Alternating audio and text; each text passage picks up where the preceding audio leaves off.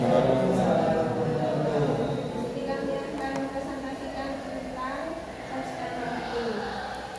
kalau duduk aja enggak, Pak? Enggak, Pak. Oh, kan. Sampai duduk. Sampai duduk.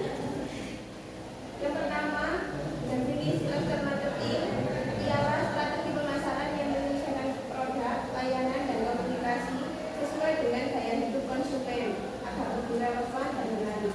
Strategi ini membangun hubungan emosional yang kuat, meningkatkan loyalitas pelanggan, dan menciptakan identitas merek yang relevan di tengah perkembangan masyarakat. Yang kedua, jenis-jenis lifestyle marketing.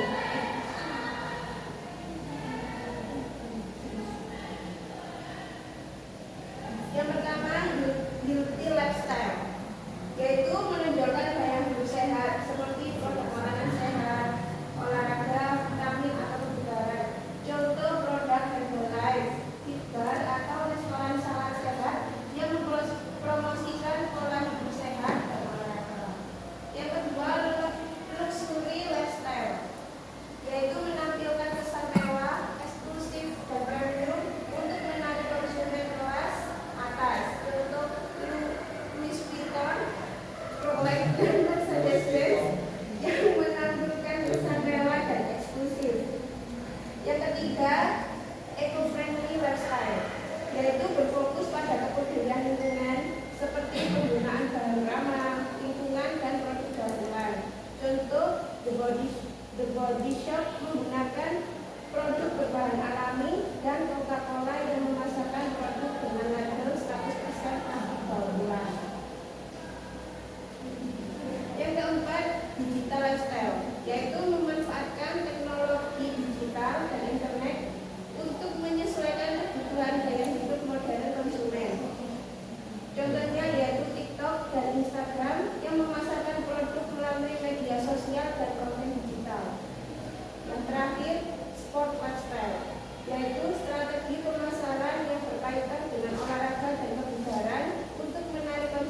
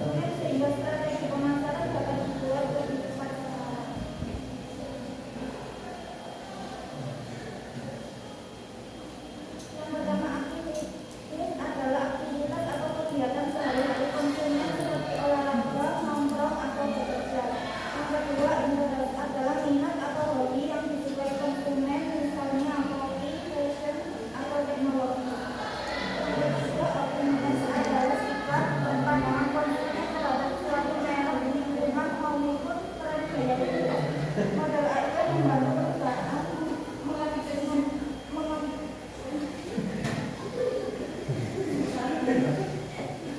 Menjelaskan ya, jangan membaca ya. mengelompokkan konsumen berdasarkan gaya hidup mereka.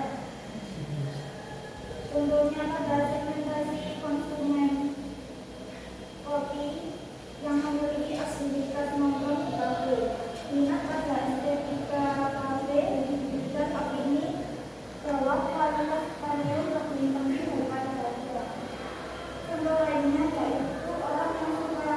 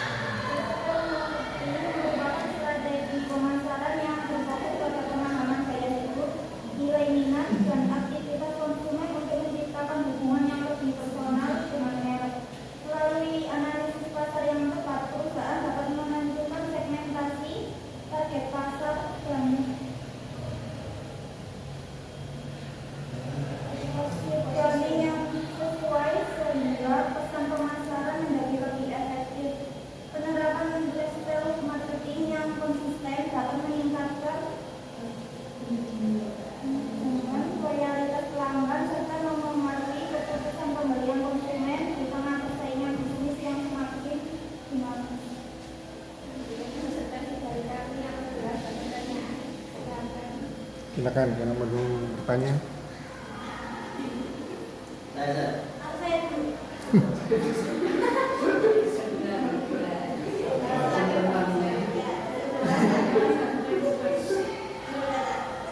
Menurut kelompok kalian, apakah lifestyle marketing lebih efektif dalam mengambil keputusan pembelian dibandingkan faktor harga? Kalau iya, tingkatkan lebih jelas. Terima kasih. Saya bertanya.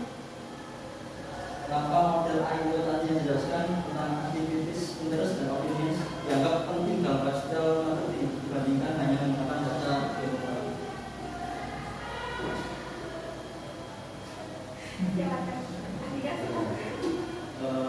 Bagaimana perusahaan itu dapat mengukur keberhasilan dengan menerapkan lifestyle marketing secara nyata?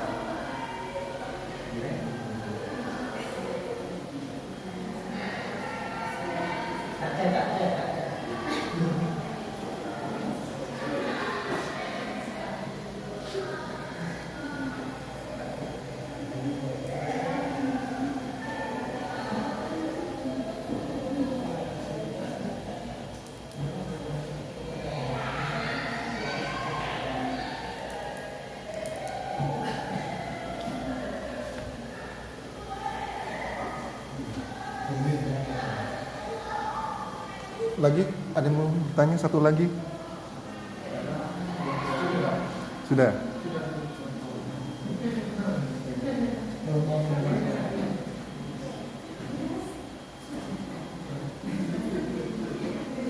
Ada berapa pertanyaan tadi? Dua? Tiga. Oh, tiga. Saya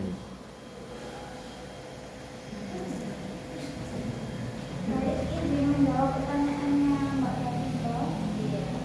Yaitu, lifestyle marketing dapat lebih efektif daripada faktor harga, terutama pada produk yang berkaitan dengan identitas diri seperti fashion, kosmetik, dan teknologi.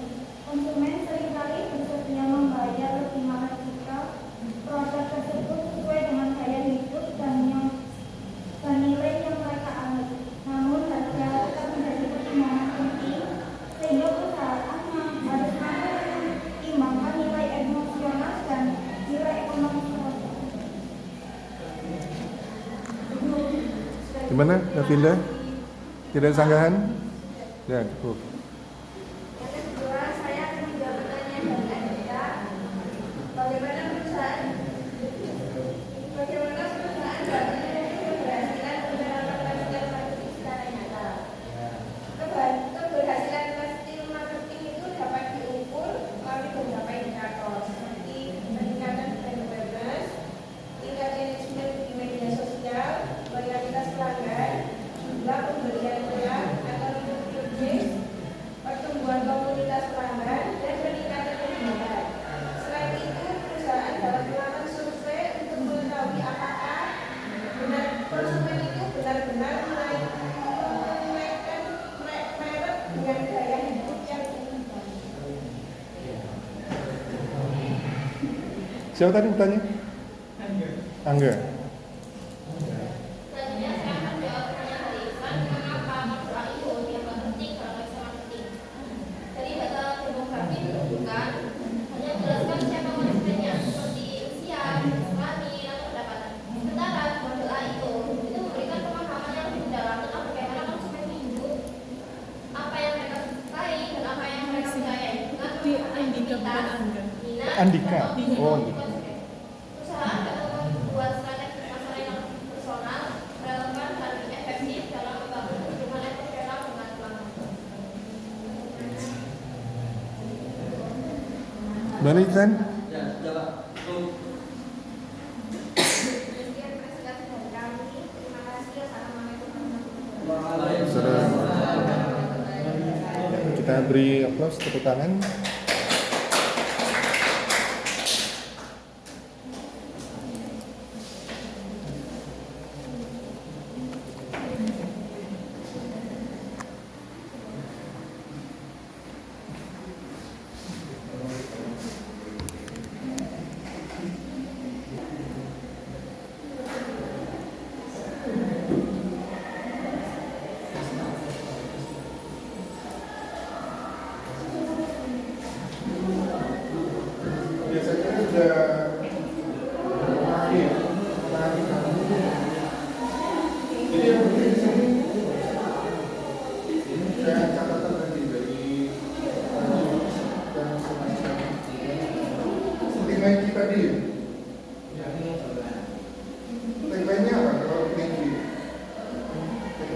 semboyannya apa?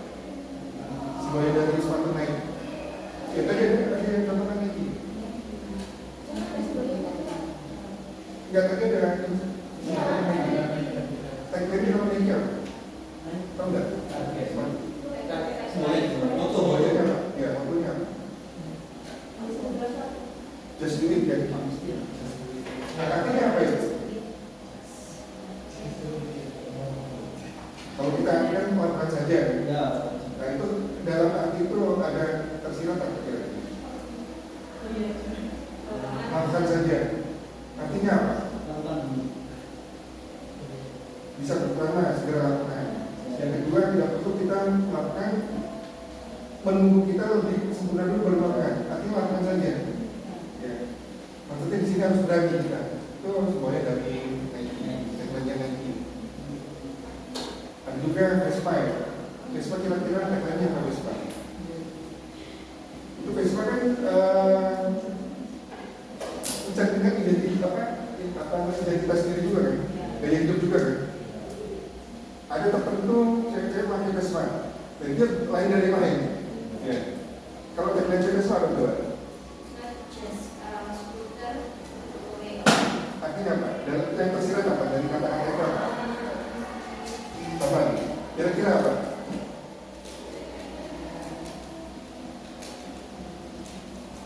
Itu dia Vespa juga menggandeng pihak-pihak tertentu dalam promosinya dia. Tidak sendirian dia tapi menggandeng pihak-pihak tertentu dalam hal mungkin agar lebih apa? Lebih maksudnya lebih tertarik. Ya, jadi dalam intinya di lifestyle marketing ini yang kita tonjolkan bukan hanya dari fungsi produknya saja, fungsinya saja, tapi juga kita mencerminkan dari gaya hidup atau identitas dari konsumen. Kalau kita membeli suatu barang yang mencerminkan identitas kita lebih tertarik. Nah, itu ada ikatan emosional ini, seperti pengguna sepatu naik Vespa itu lebih emosional. Nah tadi pertanyaan siapa tadi? Kalau emosional itu lebih jangka panjang. Tapi kalau promosi saat saja selesai di situ promosi. Promosi yang biasanya kita lihat selesai sudah. Tapi kalau mencerminkan identitas tadi lifestyle marketing itu akan terbawa terus ke konsumen. Akan menjadi gimana? Jangka waktunya lebih panjang. Dan ini kan menunjukkan loyalitas lebih. Nah tadi akhirnya pertanyaan pindah. Apa mengenai harga tadi? Hubungannya dengan harga. Kalau sudah loyal, konsumen akan menjual harganya tadi naik seperti itu. Ya. Kalau sudah loyal, ya. Ini hubungannya dengan lifestyle marketing. Jadi kita melihat gaya hidup konsumen seperti apa. Kita sasar gaya hidup remaja, orang dewasa, anak-anak seperti apa.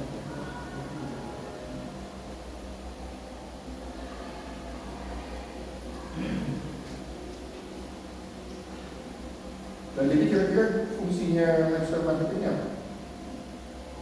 Fungsi utamanya apa? Puja dan yang lain, puja aman dengan selesai. Kira-kira fungsi dari lifestyle marketing ini apa? Safari? Untuk persepsi konsumen. Persepsi apa tentang apa? Produk tersebut. Dalam arti apa?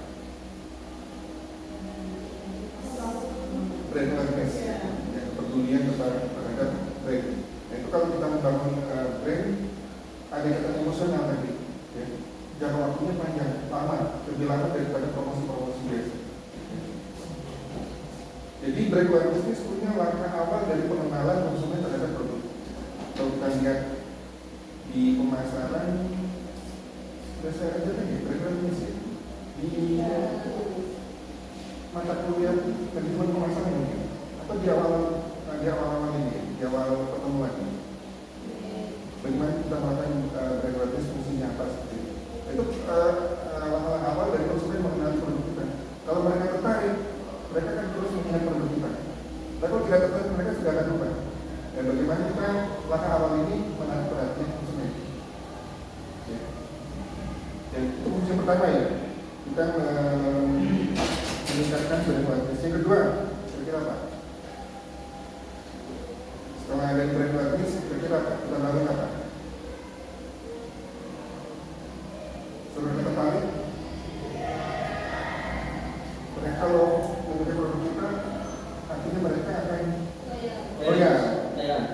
Akan loyal. Berarti membangun keloyalan konsumen dengan produk kita. Itu lebih penting daripada sekedar menjual biasa saja. Pembeli dan apa kita jual biasa sudah selesai. Yang ketiga, kira-kira apa? Yang paling penting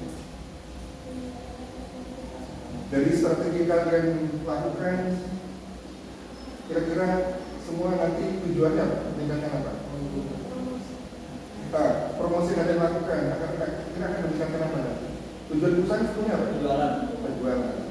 Bukan penjualan atau profit. Itu tujuan akhir. Jadi laba itu sebetulnya hasil dari kepuasan konsumen tadi. Kita menyediakan kebutuhan dan keinginan konsumen tadi. Kalau mereka puas, mereka kemudian lanjut. Nah, itu nanti akan berakibat pada laba. Jadi laba itu hasil sebetulnya. Hasil kita menyediakan, memecahkan masalah konsumen tadi. Masalah apa? Kebutuhan dan keinginan konsumen tadi. Akhirnya akan muncul permintaan dan sebagainya. Tapi kenapa produk itu harus kita nilai, kita beri nilai? Maksudnya nilai artinya apa? Dari produk. Produk itu sendiri artinya apa? Ini sudah semester 7 kan? Nah, terus sudah dilakukan lagi. Ya. Produk artinya apa? Kalian bicara produk itu sebenarnya apa? Yang kalian sediakan apa? Sesuatu yang ditawarkan Lebih lengkap lagi untuk kemudian yang kita tawarkan dari produk itu. Kalau nilai, ya, artinya nilai, artinya kemampuan. Kalau produk, tapi kita tawarkan untuk kebutuhan. Makanya produk harus sudah nilai. Kalau tidak ada nilai, produk tidak laku. Nilai dalam arti kualitasnya. Kalau kualitasnya sesuai dengan harapan kalian akan puas. Kalau kualitasnya di atas harapan kalian akan puas. Kalau kualitasnya di bawah harapan kalian tidak akan puas. Itu nanti berhubungan dengan pasca pembelian. Setelah membeli, ada pengalaman membeli dari konsumen. Konsumen kan sebagai lagi tidak, akan membeli lagi tidak, tergantung. Mereka puas atau tidak puas. Mereka sangat puas atau tidak puas. Kalau puas, sangat puas, mereka pasti akan membeli.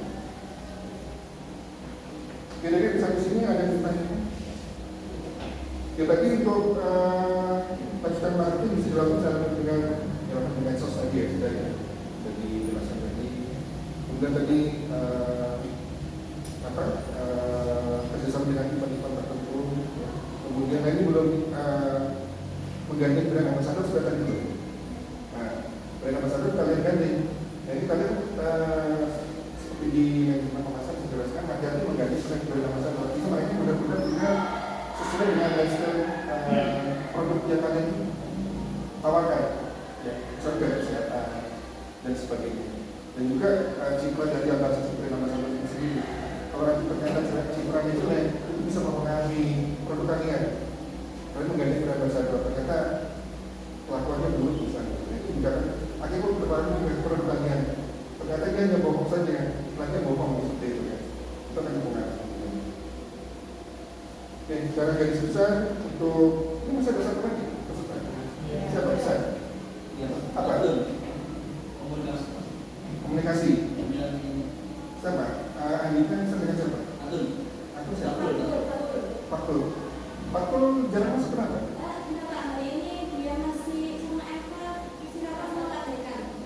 Oh gitu.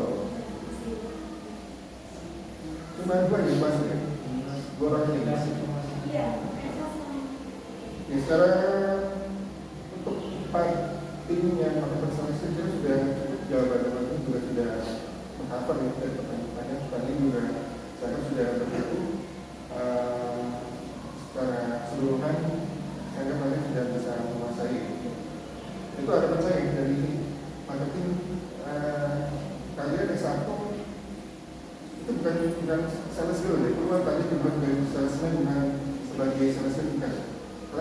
dirancang jadi marketing, di supervisor marketing, manager marketing, tapi juga ada tahapnya. Ya, karena di belajar sebagai staff marketing.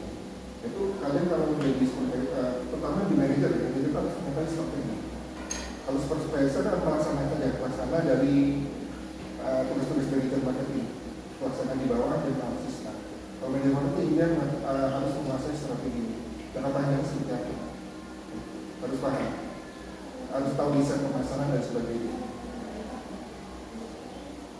Jadi saya kira untuk materi hari ini khususnya kita ada pertanyaan. Jadi kalian update untuk strategi marketing terbaru ya, slide terbaru ya. Jadi kalian keluar sudah terbiasa dengan istilah. Oke, kalau tidak ada pertanyaan sampai dulu. Assalamualaikum warahmatullahi wabarakatuh. Ya,